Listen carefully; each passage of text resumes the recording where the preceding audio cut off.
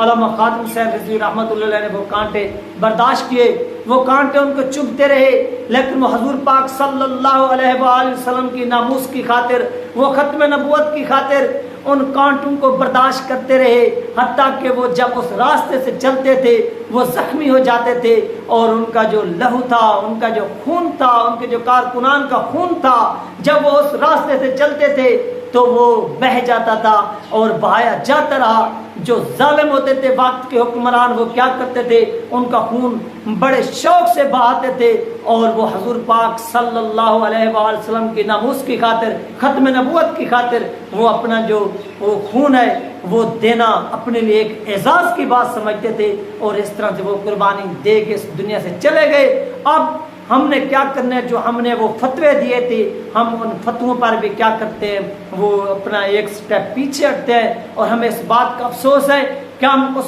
مارد کلندر کا اس کی زندگی میں ہاتھ اپنا ساتھ نہ دے سکے، لیکن آج ہم ان کے مزار پر پہنچے ہیں، ہم نے یہ فاتحہ خوانی کی ہے، ہم نے ان کے مغفرت کے لیے دعا کی ہے، جس طرح سے انہوں نے اقدامات اٹھائے دین اسلام کی سر بلندی کے لیے، نظام مصطفیٰ کے لیے، یہ پاکستان میں ہمیشہ ان کا نام رہے گا، اور ان کے نام کو کبھی بھلایا نہیں جا سکے گا، نہ ہی کبھی مٹایا جا سکے گا۔ جو لوگ علامہ خاتم حسین رضوی رحمتہ اللہ علیہ کو مٹانے کے لیے آئے، جو ان کو ڈرانے کے لیے آئے، وہ آج خود مٹ بھی گئے ہیں، وہ آج خود ڈر بھی گئے ہیں، وہ ڈر کا چھپ بھی گئے ہیں۔ یہ ناظرین کیا تھا پیر فضل چشتی صاحب کے بیٹے کا اہم ترین بیان تھا جو آپ لوگوں کے ساتھ شیئر کیے گئے۔ دوسری طرف سے علامہ سعد حسین صاحب نے شاہ محمود قریشی صاحب کی بات کی۔ یہ وہ شاہ محمود قریشی ہیں جو گدی نشین ہیں، جیلی گدی نشین، جیلی انگریز جو تھا، جو جب بر صغیر میں انٹر ہوا تو یہاں پر گدی نشین یعنی پیری مریدی کا جو ایک نظام تھا وہ عروج پر تھا۔ جو پیر، جو گدی نشین حق بات بیان کرتے تھے، ان کے خلاف ایک قسم کا آپریشن ہوتا، ان کو مار دیا جاتا، پھر ان کی جگہ جیلی گدی نشین گھڑے جاتے تھے، جیلی گدی نشین بنائے جاتے تھے، پھر ان کو گدیوں پر بٹھایا جاتا تھا، پھر وہ سینکل کا ڈنڈا جو تھا وہ ان کے اندر چلایا جاتا تھا، پھر جب ان کے اندر وہ ڈنڈا گزر جاتا، یعنی ان کی ذہن، آپ غلط طرف جا رہے ہیں، یعنی ان کی ذہن سازی کی جاتی تھی کہ آپ نے اس طرح سے وہاں پر بیٹھ کر تبلیغ کرنی اپنی مریدین میں، پھر وہ لوگ اس طرح سے تبلیغ کرتے ہیں انگریز کے حق میں، تاکہ انگریز کے خلاف بر صغیر کے اندر کوئی آواز نہ اٹھا سکے، اور یہ اس طرح سے ہوتا رہا، اور یہ اس طرح سے چلتا رہا۔ اس کے بعد شاہ محمود قریشی صاحب کے جو آبا و اجداد تھے وہ انگریز کے ٹاؤٹ بن کر، وہ انگریز کے پالتو بن کر وہ گدی نشین چلاتے رہے۔ جب انگریز اس دنیا سے رخصت ہوا، یعنی پاکستان سے رخصت ہوا، تو اعزاز کے طور پر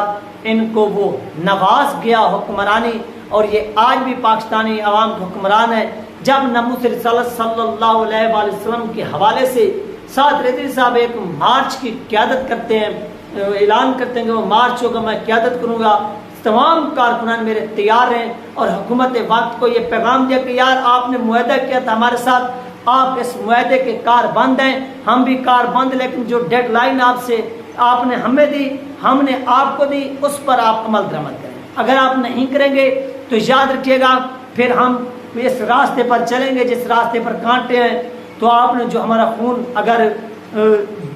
بہانا ہے تو بہا لیجئے گا۔ تو اس نتیجے میں ناظرین کیا ہوتا ہے کہ علامہ سعد حسین صاحب کو اریسٹ کر لیا جاتا ہے، پھر ان کے کارکنان کا جو لہو ہے، جو خون ہے، وہ بہایا جاتا ہے، اور پوری دنیا دیکھتی ہے۔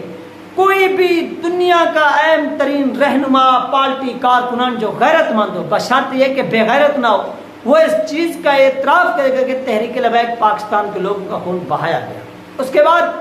علامہ سعد حسین صاحب قید میں تھے، ایک لانگ مارچ ہوتا ہے، پھر شاہ محمود قریشی صاحب آتے ہیں، ان کے پاؤں پکڑتے ہیں کہ یار آپ اللہ کے نام پر جو ہے وہ ہمارے ساتھ مذاکرات کر لو، ہم سے جو غلطی ہوئی، ہم سے جو کوتاہی ہوئی، ہم معذرت کرتے ہیں، معافی مانگتے ہیں، آپ ہمیں معاف کر دیں۔ تو علامہ سعد حسین صاحب نے بڑے شوق سے، بڑے ایک مدبرانہ انداز میں اس کو جواب دیا کہ دیکھو شاہ جی، ہم گرفتار ہوئے، ہم نے ہتھ کڑیاں برداشت کی، ہم جیل میں گئے، ہم آج بھی اپنا جو سر ہے وہ اوپر اٹھا کر بیٹھے ہوئے ہیں، ہمارا سر جھکا ہوا نہیں ہے، تو یاد رکھیے گا یہ وقت آپ پر بھی آئے گا، آپ جیل میں بھی جائیں گے، آپ سلاخوں کے پیچھے بھی ہوں گے، لیکن آپ کا سر بلند نہیں بلکہ آپ کا سر جھکا ہوا ہوگا، کیونکہ آپ جس نظریے پر کھڑے ہیں وہ نظریہ بربادی کی طرف لے جاتا ہے، جس نظریے تک ہم کھڑے ہیں وہ نظریہ کہاں لے جاتا ہے؟ وہ نظریہ حضور پاک صلی اللہ علیہ وسلم کی بارگاہ تک لے جاتا ہے۔ یہ علامہ صاحب سے صاحب کے بیان تو آپ لوگوں نے دیکھا کہ کل شاہ محمود قریشی صاحب کو بھی دھار لیا گیا۔ یہ تھی اہم ترین اپڈیٹ جو آپ لوگوں کے ساتھ شیئر کی گئی۔ انشاءاللہ ملتے ہیں نیکسٹ ویڈیو میں۔ اللہ حافظ۔